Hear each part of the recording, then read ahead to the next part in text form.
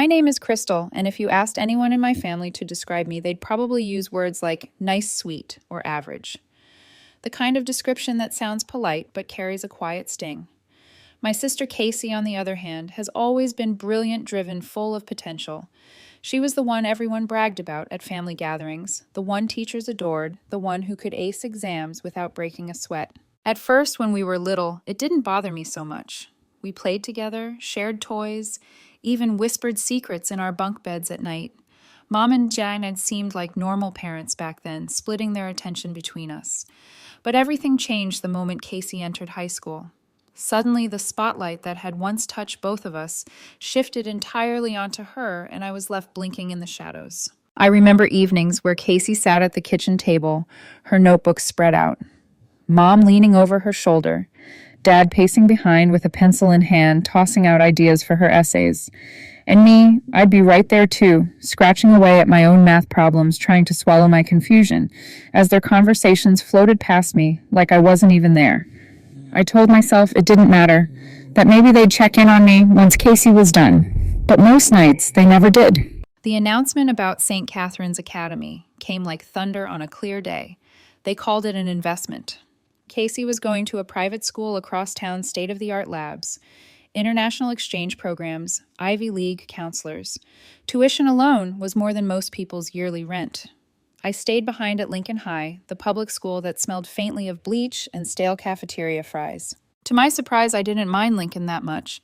I had friends there, teachers who actually noticed when I raised my hand a cafeteria table where I belonged. But every time I overheard Mom bragging to her coworkers about Casey's advanced courses, or Dad showing off her debate team trophies, a dull ache spread in my chest. It wasn't that I wanted the spotlight, but I wanted to know I mattered too. The real fracture came one night when I was 15. I'd gotten up for a glass of water, tiptoeing down the hall, when I heard voices in the kitchen. The lights were low, just a single bulb humming over the sink. Mom was bent over a pile of bills. Her forehead creased, while Dad sipped coffee across from her. "I think we made the right choice," Mom murmured, tapping the edge of an invoice. "Investing everything in Casey's education." My breath caught. "Yeah," Dad agreed, without hesitation. "It's better to put all our money into one kid who's actually going to make something of herself instead of spreading it thin between both girls." The words landed like punches. I pressed my back against the cool wall, straining to catch every syllable even as my chest tightened. "Krystal's a sweet girl," Mom added almost kindly.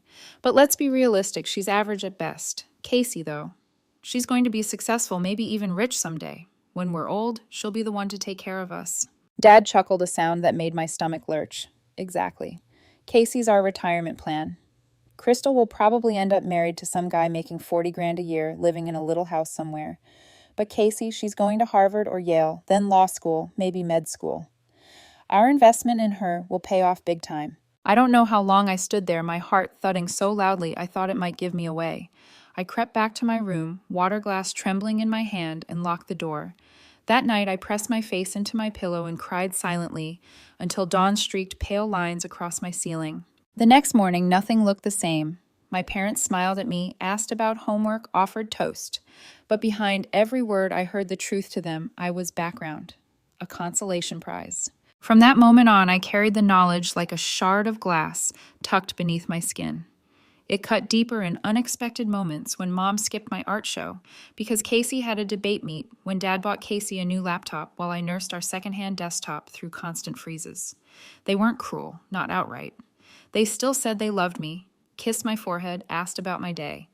But their love felt diluted, practical, an afterthought. I tried to fight the bitterness, telling myself to be grateful for what I had. But some nights lying awake, I'd imagine a future where I wasn't the forgotten one. A future where I wouldn't need them to tell me I mattered, because I'd prove it myself. Still a part of me, some naive, aching corner of my heart, hoped things would change. That one day they'd turn to me with the same pride in their eyes that glowed whenever Casey walked into a room.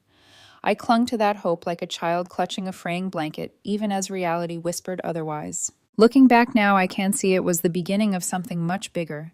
A quiet vow formed inside me that night, hidden even from myself. If they weren't going to bet on me, I would bet on myself.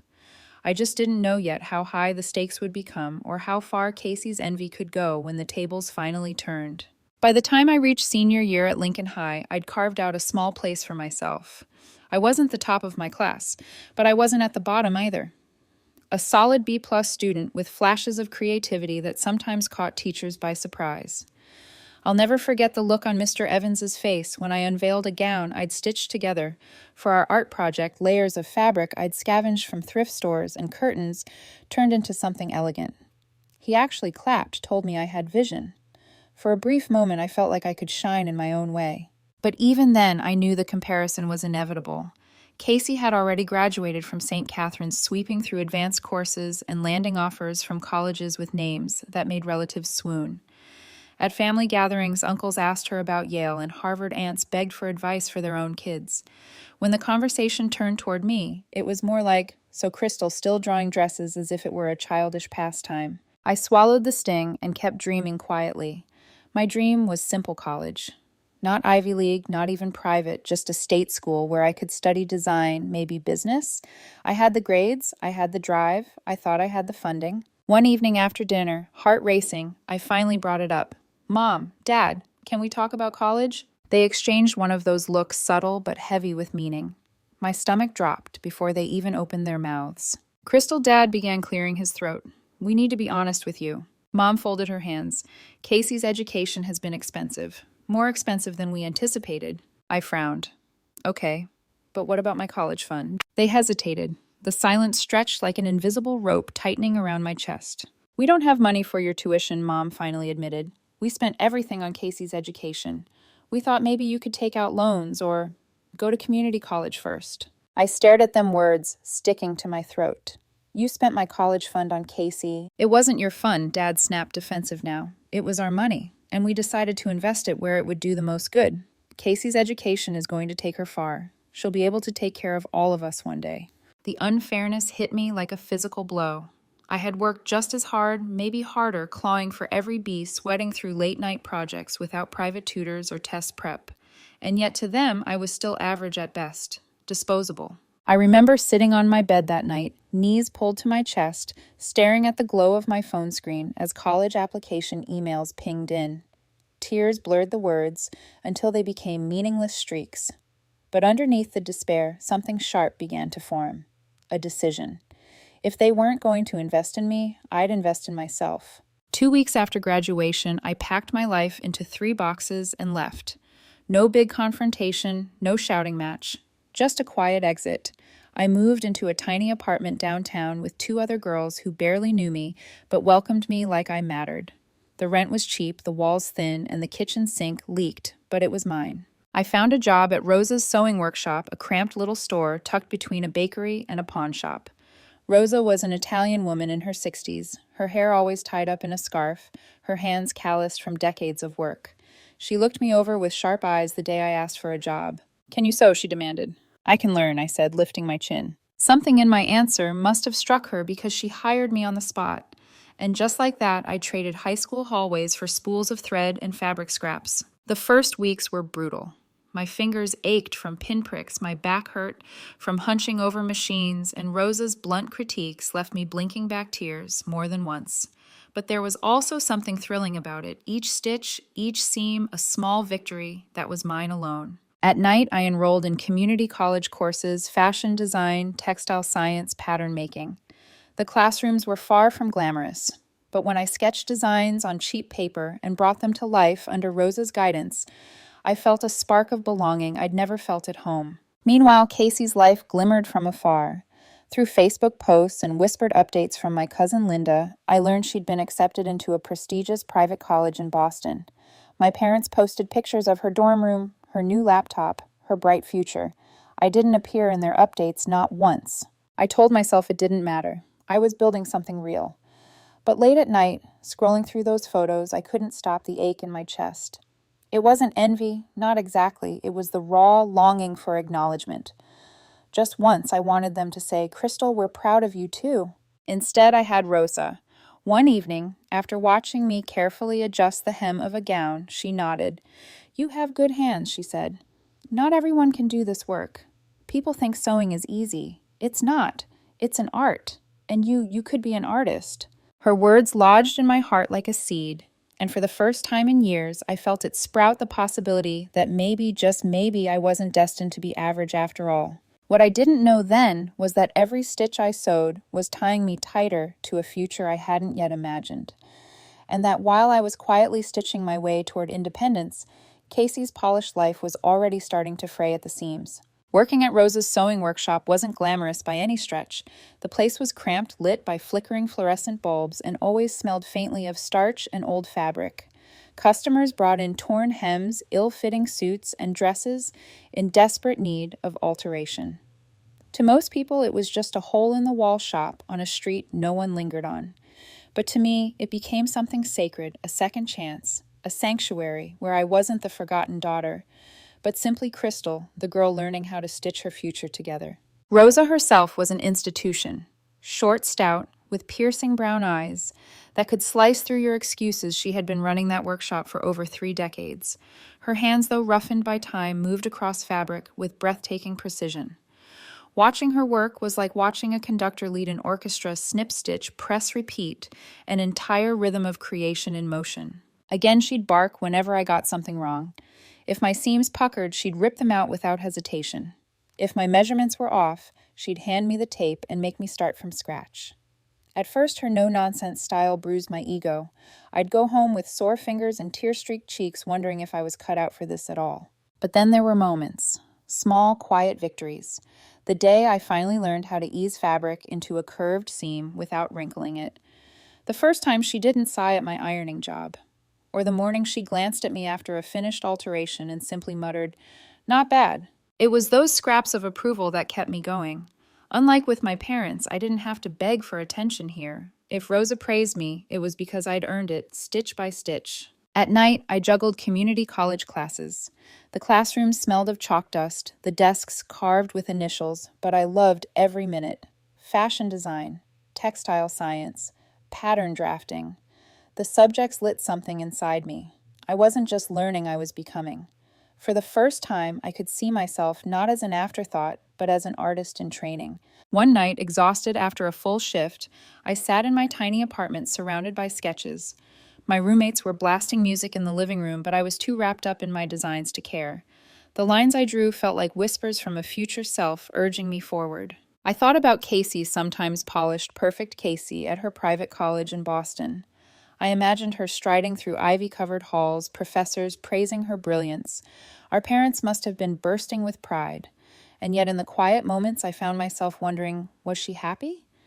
Did she ever look over her shoulder and wonder what became of me? Or did she believe, as they did, that I'd fade into a small, invisible life? Rosa must have sensed the storm inside me, because one afternoon, while we closed up shop, she broke the silence. "You know, Krystal, talent is nothing without grit," she said, locking the register. "I've seen girls come in here with fancy degrees thinking they know everything. They quit the first time a customer yells at them. But you keep showing up. That's worth more than any diploma." I swallowed hard, her words landing with unexpected weight. "Sometimes I wonder if I'll ever be good enough," I admitted quietly. Rosa studied me for a long moment, then placed a hand on my shoulder. "Listen to me. You don't need anyone to tell you that you're good enough. You prove it with your work. Every stitch, every design, it speaks louder than their words ever will." Her certainty steadied something in me. Maybe I didn't have my parents' faith. Maybe I never would. But Rosa's belief was different. It wasn't blind. It wasn't obligatory. It was earned. 2 years passed in a blur of thread and determination. By then, I'd graduated with my fashion design certificate. My roommates threw me a small celebration, a cake with lopsided frosting and paper streamers taped to the wall. Rosa brought a bottle of cheap wine and raised her glass. To Krystal she toasted, a girl with good hands and a stronger heart. The words nearly undid me. For the first time in years, I felt the kind of pride I'd always craved. Not borrowed, not conditional, but truly mine. After graduation, Rosa pulled me aside one morning, her voice softer than usual. "So what now? You going to run off to some big company?" I shook my head instantly. "I was hoping to stay here if you'll have me. I still have so much to learn." Her smile was rare but radiant. "Smart girl. You can learn more here in a year than you'd learn in 10 years working for someone else. Stick around." And so I did. But it wasn't just sewing anymore.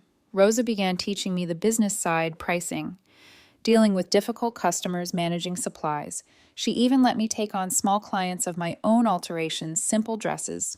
My confidence grew with every satisfied customer who walked out smiling. Meanwhile, life with my family grew quieter. I wasn't invited to holiday dinners. Birthdays passed without calls. Instead, I heard about them through Linda, who sent me screenshots of our parents' Facebook post, Casey, at Gallus Casey, with her college friends Casey landing a prestigious internship. Each photo was like a postcard from a world I no longer belonged to. Sometimes it stung, sometimes it lit a fire in me, but always it reminded me I was building something of my own. And somewhere deep down, though, I didn't know it yet, Casey was standing on a pedestal that wasn't as steady as it looked. One day the cracks in her perfect life would widen, and when they did, all the years of neglect and favoritism would come crashing back, binding our stories tighter than ever before. The day Rosa first mentioned retiring, I nearly dropped the scissors in my hand. "You've been running this place like it's yours already," she said casually, as if she hadn't just cracked open the door to an entirely new life. "Maybe you should make it official." I stared at her, heart pounding. "Rosa, I don't have that kind of money." She smirked, leaning back in her chair. "We'll work something out. Better to pass it on to someone who loves it than to sell to a stranger who'd run it into the ground." That night I lay awake in my cramped apartment, the ceiling fan whirring above me. My mind kept circling around the idea of owning my own business, a place where my name was on the sign, where every piece of fabric carried my touch. Terrifying, absolutely, but also intoxicating. 2 months later, after paperwork, late-night number crunching, and one terrifying meeting with a bank manager, it happened. I took out a loan, Rosa signed the papers, and just like that, I was no longer an employee. I was the owner. I renamed it Krystal's Atelier. The first year nearly broke me. 16-hour days, endless bookkeeping, angry customers whose deadlines I barely met. There were nights I fell asleep with my face pressed against the sewing table, waking with thread imprints on my cheek. But slowly word spread.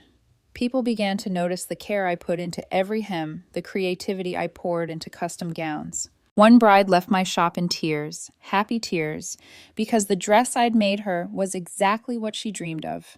Another customer hugged me so tightly I could barely breathe after I altered her mother's wedding gown to fit her for her own ceremony. That's when it clicked. I wasn't just fixing clothes. I was weaving myself into people's milestones, their memories. 3 years after taking over, the atelier was thriving. I'd hired 2 seamstresses, Maria and Janet, both sharp, reliable women who shared my obsession with detail. With help, I could finally breathe, focusing on designs that pushed me further: lace overlays, intricate beadwork custom wedding gowns. Specializing in bridal wear was a gamble, but it paid off. The profit margins were higher, the creative challenge richer, and word of mouth traveled fast. Within months, I was booked out half a year in advance. For the first time in my life, I wasn't surviving, I was thriving. But while my world expanded, Casey's began to contract. Linda called me one evening, her voice hushed, like she was sharing classified information. "Don't tell anyone I told you this, but Casey got fired." My breath caught. Fired from her consulting firm. "Yeah, no one knows why.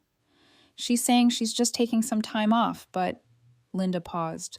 "She's been out of work for almost a year, barely scraping by with freelance stuff.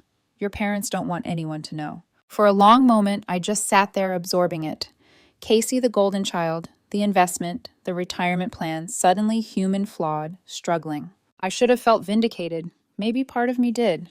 But mostly, there was a strange heaviness in my chest, like the ground had shifted under both of us. Not long after, the phone calls from my mother began. At first, they were casual check-ins, sugar-coated with nostalgia. "Krystal, honey, how's the business going?" "It's going well, Mom, really well." "That's wonderful, sweetheart." A pause, then the pivot. "You know, Casey's been having a tough time. Maybe you could use some help at the shop. She has management experience." I almost laughed. "Mom, I don't need a business manager. I'm managing just fine." Her voice tightened. "Don't be selfish. Family helps family." I bit back the words I wanted to say. Did family help me when I needed college tuition? Did family stand by me when you called me average? Instead, I hung up politely. But the calls kept coming. Each time the guilt trips grew sharper. Then came Casey's texts. "You're only successful because Mom and Dad sacrificed everything for me. Don't act like you earned it alone. Or, admit it, you're getting revenge. You've been jealous since we were kids." I ignored most of them, but late at night, lying in bed, the words crawled under my skin. One Sunday, my parents invited me to dinner. Mom's voice was syrupy sweet. We haven't seen you in so long. Casey will be there too. Let's all talk like a family." Against my better judgment, I agreed. The dinner started civil enough. Mom made pot roast my childhood favorite. Casey was there looking different. Her hair was duller, her clothes less polished, her phone clutched like a lifeline. "So, Krystal," Dad asked after a few minutes, "how's the business?" I smiled, cautious but proud. "Actually, it's going really well. I just got an incredible commission. An Indian bride wants a traditional red silk sari wedding dress. It could put me on the map." Dad's eyes lit with approval. "That's smart business, Krystal. Good for you." For a second, warmth flickered in my chest. But then I caught Casey's expression, tight, bitter, her jaw clenched. "And there's more," I added, foolishly hopeful. "I'm finally ready to buy an apartment. I've saved enough for a down payment." The explosion was instant. Casey's face flushed red, and she slammed her fork onto the plate. "Are you kidding me?" she shouted. "You're bragging about buying an apartment while I can't even pay rent. You're disgusting." She stormed upstairs, slamming doors in her wake. Mom whirled on me, eyes blazing. "Krystal, how could you be so insensitive? Your sister is going through a terrible time, and you sit here flaunting your success." I wasn't flaunting anything. My voice trembled. "Dad asked me how I was doing. I thought you'd be proud." Proud Mom spat the word like poison. "You're cruel, selfish. Casey needs help, and you're rubbing her failures in her face." Dad stayed silent, staring at his plate. I stood my chair, scraping the floor. My chest ached, but my voice was steady. "I work 16 hours a day to build something out of nothing. And instead of being proud, you make me feel guilty. Casey made her choices. I made mine. I won't apologize for succeeding." I grabbed my purse and left the night air biting at my cheeks. My hands shook as I drove home, tears blurring the road, not from regret, but from the raw, aching realization that no matter how much I built, they'd never see me as enough. But what I didn't know that night was how deep Casey's bitterness ran, or how far she would go to drag me down with her. Sunday dinners at my parents' house had once been a tradition. A roast on the table, chatter spilling across the kitchen, Casey performing her latest achievements while relatives leaned in, glowing with admiration. I was usually the one clearing plates, smiling politely as if I belonged in the background. This time was different. When Mom called her voice syrupy sweet, I should have known better. "Krystal, sweetheart, we haven't seen you in ages. Why don't you come this Sunday? Casey will be here too. We can all talk like a family." A warning bell clanged in my chest. Still a part of me, some foolish, aching part, longed for reconciliation. Maybe, just maybe, they were ready to treat me as more than an afterthought. Against my better judgment, I agreed. When I walked through the front door, the air was heavy with the familiar scent of pot roast. Mom had made my childhood favorite, which felt less like comfort and more like bait. Casey sat at the table, already scrolling her phone, her hair unkempt, her blazer wrinkled. Once she'd been immaculate. Now she looked like a sketch of herself, lines smudged. We exchanged a curt nod. Dinner began with small talk. Dad asked about traffic. Mom fussed over whether I wanted more potatoes. The tension was like static, waiting for the storm to break. Finally, Dad turned to me. "So, Krystal, how's the business?" I hesitated, then smiled.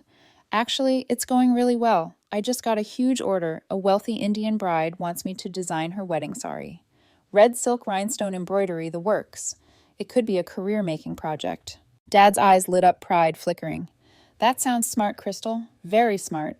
Warmth swelled in me, fragile but real. For once I wasn't invisible. But Casey snapped her head up from her phone, her lips curling. "How nice for you," she said, dripping sarcasm. I pressed on, ignoring her. "The wedding will have over 500 guests. If they love the dress, word could spread fast." Even Mom's eyes softened for a moment. "That's impressive," she admitted. Encouraged, I added, "And there's more. I've finally saved enough for a down payment on an apartment. I've already hired a realtor." The words had barely left my lips when Casey's chair screeched back. She shot to her feet, face flushed crimson. "Are you kidding me?" she screamed. "You're sitting here bragging about buying an apartment while I can barely make rent." The air froze. "Casey," I began, but she cut me off, voice shrill. "You've been jealous your whole life, and now you're rubbing this in my face. You think you're better than me." She stormed upstairs, doors slamming like gunfire. The silence that followed was broken by Mom, her fork clattering onto her plate. "Krystal, how could you?" I blinked. "What? How could you flaunt your success knowing your sister is struggling? You're cruel, insensitive." I stared at her words, catching in my throat. "Mom." Dad asked how I was doing. I answered honestly. I wasn't flaunting anything. "You've always resented Casey," she snapped, "and now you're punishing her for it. Dad sat in silence, staring at his plate, the coward's refuge. Something inside me snapped. I pushed back from the table, heart hammering. Do you know how hard I've worked 16-hour days, years of sacrifice, all on my own, because you abandoned me? And instead of pride, all I get is guilt. Do you even hear yourselves? Mom's eyes narrowed, her voice icy. Don't twist this, Krystal. Family supports each other. That's what we're asking help your sister. She needs you. I stood, my hands trembling. Family didn't support me when I needed tuition. Family didn't cheer for me when I won awards. Family looked the other way while I built my life from scraps. Don't lecture me about family now. I grabbed my purse. My throat ached, but I refused to cry in front of them. Casey made her choices. I made mine. I won't apologize for succeeding. I walked out the night air, cold and sharp against my skin. My chest burned not from regret, but from the truth I had finally spoken aloud. For the first time, I didn't just feel like the forgotten daughter. I felt like the wolf who had escaped the trap. But as I drove home, knuckles white on the steering wheel, I couldn't shake the image of Casey's face twisted with fury, humiliation burning in her eyes. It wasn't just anger, it was something darker, a promise. And deep down, a chill spread through me, because I knew Casey and Casey never lost quietly. It was a Wednesday morning when the phone jolted me awake. My head was heavy, body weak. I'd caught some nasty flu, the kind that made even lifting a glass of water feel like a chore. I blinked at the caller ID, Janet, one of my seamstresses. Her voice was panicked, almost breaking. Krystal, you need to get down here. Right now. My heart lurched. What happened? It's the shop. Someone broke in. It's bad. Adrenaline cut through the fever haze. I threw on clothes, barely registering the world as I drove downtown. When I pushed open the atelier door, the sight hit me like a gut punch. The place looked like a battlefield. Dresses torn from hangers lay crumpled across the floor, smeared with dirt. Fabric scraps littered every corner like shredded evidence of my dreams. But the worst was waiting at my workstation. The sari, the stunning red silk I'd ordered from India, the one meant to dazzle 500 wedding guests. It was unrecognizable, slashed into ribbons, rhinestones, scattered like broken glass across the floor. Weeks of painstaking work gone in a single brutal act. I staggered forward, knees weak. No, no, no, no! My voice cracked small and helpless. Maria touched my shoulder gently. We called the police. They're on their way. But even before they arrived, before I saw the spare keys missing from the hook I'd left at my parents' house years ago before I connected the dots, I knew. My phone buzzed. A text from Casey. Hope you enjoyed the surprise at your little shop today. Karma's quite a thing, isn't it? The room spun. My hands trembled so violently I nearly dropped the phone. Anger and disbelief crashed over me in waves. My own sister. She hadn't just tried to hurt me.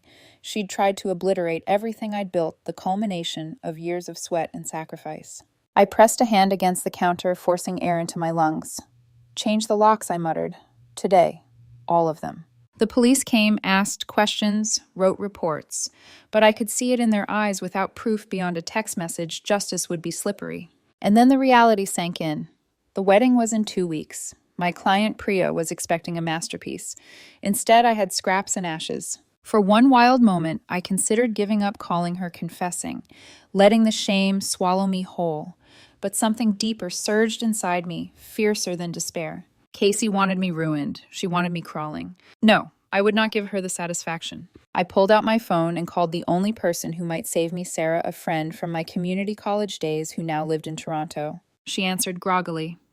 Krystal. It's 6 a.m. What's wrong? I explained everything, my voice shaking.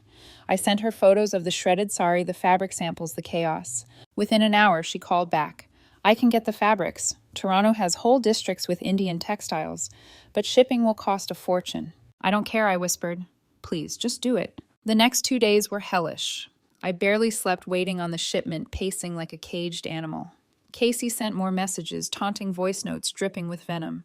Stressed, yet Krystal. Guess, success isn't as easy as you thought. I saved them all. Each one was a knife, but also evidence. When the fabrics arrived, I nearly wept with relief. Rolls of shimmering red silk, delicate rhinestones, embroidered borders. It was like hope delivered in a cardboard box. I called Priya, my client, hands trembling. There's been an incident. Someone vandalized my shop and destroyed your dress. Her sharp inhale nearly shattered me. What? Please don't panic. I've already sourced replacement fabrics. My team and I will work around the clock. I swear your sari will be ready before your wedding." There was a pause, then her voice softened. "Krystal, I trust you. Just keep me updated." Those words became my fuel. The atelier transformed into a war zone of determination. Maria, Janet, and even a new apprentice rotated shifts, see us stitching until their fingers bled. We slept in turns on the shop couch, empty coffee cups piling like trophies of survival. I worked with a fury I didn't know I possessed. Every cut of fabric, every bead sewn felt like a defiance. Casey wanted me broken. Instead, I was sharpening myself into steel. The days blurred, 10 days of sweat exhaustion and raw willpower. My body ached, my eyes burned, but slowly a new sari emerged from the wreckage. Even more intricate than the first gold thread woven into the embroidery tiny design elements Priya had once mentioned in passing, but never expected me to deliver. 3 days before the wedding, Priya came in for a fitting. When she stepped into the mirror and saw herself, tears spilled down her cheeks. Her mother and sisters cried, 2 hands clasped in awe. This is more beautiful than I ever imagined," Priya whispered, her voice trembling. I swallowed hard, emotions choking me. "You deserve nothing less." The day before the wedding, I personally delivered the sari to her home. Her grandmother hugged me, repeating, "Beautiful, beautiful," in broken English, her hands trembling against the embroidery. In that moment, I felt something I'd never felt before, not just pride, but belonging. Casey hadn't destroyed me. She had forged me. When I returned to my empty apartment that night, exhaustion finally overtook me. I curled up on the couch. Phone buzzing with another taunting message from her. This time I didn't listen. I simply saved it, smiled faintly, and closed my eyes. Because I knew something Casey didn't. She thought she'd won the war. But the truth was, the war had only just begun, and this time I wasn't the fragile sister she remembered. The call came from Linda, one breezy afternoon. I was at the shop sketching designs for a new line of bridal gowns when her name flashed on my screen. "Krystal," she said breathlessly. "Grandma Rose wants to see you. She's turning 80 next weekend and specifically asked for you to come." I froze. Grandma Rose. My father's mother was the matriarch of our sprawling family. She'd always been sharp-eyed, no-nonsense, and frighteningly perceptive. Growing up, she was the only one who never compared me to Casey, the only one who looked at me as if she saw something more. "I don't know, Linda," I hesitated. "You know how things are with my parents." Krystal, Linda pressed. "She asked for you by name. Do you really want to tell Grandma no?" I sighed, already knowing my answer. "Fine, I'll be there." The party was at Grandma's house, a place packed with decades of family memories, framed photos, porcelain figurines, the smell of lemon polish lingering in every corner. When I walked in, the room was buzzing with relatives I hadn't seen in years. Conversations paused, heads turned. Some faces lit up, others tightened. My parents were there, of course, with Casey by their side, or rather the shadow of the Casey I once knew. Her hair was dull, her dress cheap and ill-fitting, her posture defensive. She looked small, but her eyes still burned when they landed on me. I tried to focus on cousins and aunts catching up, laughing nervously, pretending the tension wasn't coiled around the room like a snake. But soon, voices drifted from the kitchen, raised, heated. I moved closer. "You need to talk to Krystal," Mom's voice insisted. "She's being completely unreasonable about helping Casey." Dad chimed in frustration, lacing his words. "Krystal's even opening a second shop. She could easily give her sister a job." "Why doesn't Krystal want to help Casey?" Grandma Rose asked, her voice sharp as a blade. That was my cue. My pulse hammered as I stepped into the doorway. "Because of what Casey did to me, Grandma." The kitchen went silent. All eyes turned to me. Casey stiffened, glaring, while my parents looked stricken. "What did she do?" Grandma asked, folding her arms. I pulled out my phone, my hand steady despite the storm inside me. "I'll let her speak for herself." I pressed play. Casey's voice filled the kitchen, venomous and gleeful. "Hope you enjoyed the surprise at your little shop today. Karma's quite a thing, isn't it?" Gasps rippled through the room. I showed the text messages too, the photos of my vandalized atelier, the destroyed sari. Casey shook her head violently. "That wasn't me. I never did that." But then Rebecca, another cousin, stepped forward, her face pale. "Stop lying, Casey. You called me that night. Bragged about how you finally got revenge on Krystal. I've been sick of listening to you trash her every time you call me." The room erupted. Aunts, whispering uncles, frowning cousins, exchanging looks. Grandma Rose's gaze pinned Casey like a hawk. "Is it true?" Casey's lip trembled. I was upset. Upset, Grandma's voice thundered. Upset doesn't justify destroying your sister's livelihood. You committed a crime. Mom jumped in frantic. Mother, please. She didn't mean any real harm. She was just emotional. Grandma's eyes cut to her daughter-in-law, cold and unyielding. And you defend her after everything. Dad tried to intervene. Mom, you're overreacting. No, Grandma interrupted, her voice low and final. You two raised her to believe she was above consequences. You chose favorites. And now look at the result. The silence was suffocating. Then Grandma spoke again, softer but deadlier. If this were my generation, Casey would be in jail. I won't call the police, but I will do something else. Casey is out of my will. Permanently. The words landed like a thunderclap. Casey gasped, tears streaking her cheeks. Grandma, no, please. Mom's voice rose desperate. You can't do this. She's your granddaughter. She betrayed her sister and destroyed everything she built, Grandma snapped. If you want to support her, that's your choice. But she is no longer welcome in my house. My parents' stiffened faces red with humiliation. Fine, Dad spat. If that's how it is, we don't need this. They grabbed Casey, half dragging her toward the door as she sobbed. The slam of the door echoed like the final toll of a bell. The kitchen was silent again. Then Grandma turned to me. I should have spoken up years ago, she said quietly, her eyes misting. I saw how they treated you. I'm sorry, Krystal. My throat tightened. It's okay, Grandma. I turned out fine. No, she said firmly. You turned out extraordinary. She pulled me into a hug, her frail arms stronger than they looked. And for the first time in my life, surrounded by my extended family, I felt seen. That was a year ago. Now I run not one but two ateliers specializing in cultural bridal wear. Orders come from across the state, sometimes even from abroad. I've stepped back from the sewing machine, focusing on design and management, mentoring the next generation, just as Rosa mentored me. Casey. She moved to another city. Found a small job, I hear. My parents complained bitterly to relatives about their two ungrateful daughters. They're disappointed in both of us now, Casey, for failing their lofty plans, me for daring to succeed without their blessing. But I don't care. I'm closer to Grandma Rose than ever, closer to Linda and Rebecca and cousins who finally see me as more than Casey's shadow. My chosen family is stronger than the one that tried to break me. Sometimes I think back to that overheard conversation at 15, my parents calling Casey their retirement plan and dismissing me as average at best. They couldn't have been more wrong. Because I built a life without them. I proved my worth not by their standards, but by my own. And the best part, I did it all myself.